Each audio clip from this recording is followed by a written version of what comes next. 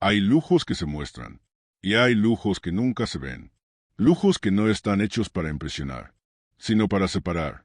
Porque cuando el dinero deja de ser un problema, lo que se compra ya no son cosas. Se compra acceso. Hoy vamos a abrir uno de los archivos menos visibles del mundo moderno. Un archivo que no habla solo de riqueza, sino de poder, de distancia, y de las reglas ocultas que solo la élite conoce. Este es el archivo prohibido del lujo. Están en vitrinas, en anuncios, en redes sociales. Autos deportivos, mansiones gigantes, relojes brillantes, aviones privados. Pero esos no son los verdaderos lujos extremos. Esos son solo lo visible. La parte que se muestra para entretener, provocar envidia o vender una narrativa. El verdadero lujo comienza cuando el dinero deja de ser el objetivo y se convierte simplemente en una herramienta. Porque cuando alguien ya no se pregunta cuánto cuesta algo, empieza a preguntarse qué le ahorra, qué le permite evitar y a quién le da acceso. Hoy vamos a abrir un archivo distinto, un archivo incómodo, un archivo que no habla solo de riqueza, sino de cómo funciona realmente el poder moderno. Este es un recorrido por lujos que no se publicitan, que no se presumen y que rara vez se explican. Lujos diseñados no para impresionar, sino para separar. Y todo empieza con el lujo más subestimado de todos: el tiempo. Para la mayoría de las personas, el tiempo es rígido. Se mide en horarios, alarmas y compromisos. Se pierde en filas, traslados, trámites y esperas. El tiempo está fragmentado, controlado por sistemas externos. Para la élite, el tiempo funciona distinto. No porque tengan más horas en el día, sino porque eliminan todo lo que interrumpe. Un jet privado no es un lujo por los asientos de cuero, ni por la champaña a bordo. Es un lujo porque borra el concepto de espera. No hay filas, no hay retrasos ajenos, no hay anuncios por altavoz, no hay desconocidos observando. El viaje deja de ser una experiencia pública y se convierte en una extensión del espacio personal. El tiempo deja de perderse y empieza a optimizarse. Mientras alguien pierde 3 horas en un aeropuerto, otra persona gana 3 horas de ventaja.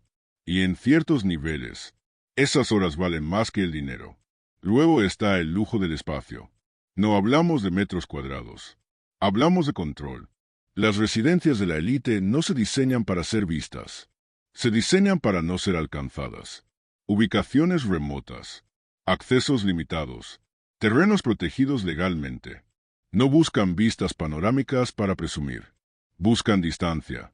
Porque el verdadero lujo no es tener una casa grande, sino decidir quién puede acercarse. Muros invisibles. Caminos privados. Entradas que no aparecen en mapas.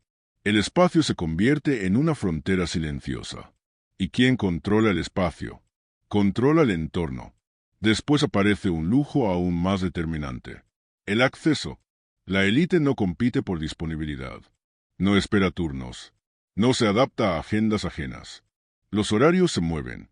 Los eventos se reprograman. Las puertas se abren fuera del horario normal. Restaurantes cerrados solo para una mesa. Museos abiertos de madrugada. Tiendas sin público. Aquí no se compra exclusividad estética. Se compra prioridad. Y la prioridad es una forma muy sofisticada de poder. Porque cuando alguien puede acceder antes, ve oportunidades que otros ni siquiera saben que existen. Incluso el entretenimiento se transforma. Conciertos privados sin multitudes. Obras de teatro para audiencias diminutas. Experiencias diseñadas para una sola persona. Nada se graba, nada se publica, nada se comparte. El lujo aquí no es el espectáculo, es la intimidad. Pero uno de los lujos más determinantes y menos visibles es la salud preventiva. Mientras la mayoría reacciona cuando algo falla, la élite actúa antes de que falle. Chequeos constantes, datos genéticos, seguimiento personalizado. No se trata solo de curarse, se trata de anticiparse, de ganar años, de retrasar el desgaste, de optimizar el cuerpo como si fuera un activo estratégico. Aquí el lujo no se nota, pero se siente con el tiempo. Luego están los objetos: relojes únicos, arte privado, joyas que no se exhiben, autos fabricados en cantidades mínimas. Pero estos objetos no existen solo para adornar. Funcionan como códigos silenciosos, como señales internas, como llaves sociales. Un reloj no dice la hora, dice a qué círculo perteneces. Una obra no decora, conecta. Muchos de estos objetos jamás se muestran públicamente. Permanecen guardados, catalogados, asegurados. Existen más como activos que como posesiones emocionales. Y luego llegamos a uno de los lujos más extremos de todos: el anonimato, la capacidad de moverse sin ser observado, de equivocarse sin escándalo, de desaparecer sin dar explicaciones. Mientras millones viven expuestos, la élite puede cerrar capítulos en silencio, cambiar de entorno, reescribir historias, continuar. Aquí el lujo deja de ser aspiracional y se vuelve estructural, porque ya no se trata de tener más cosas.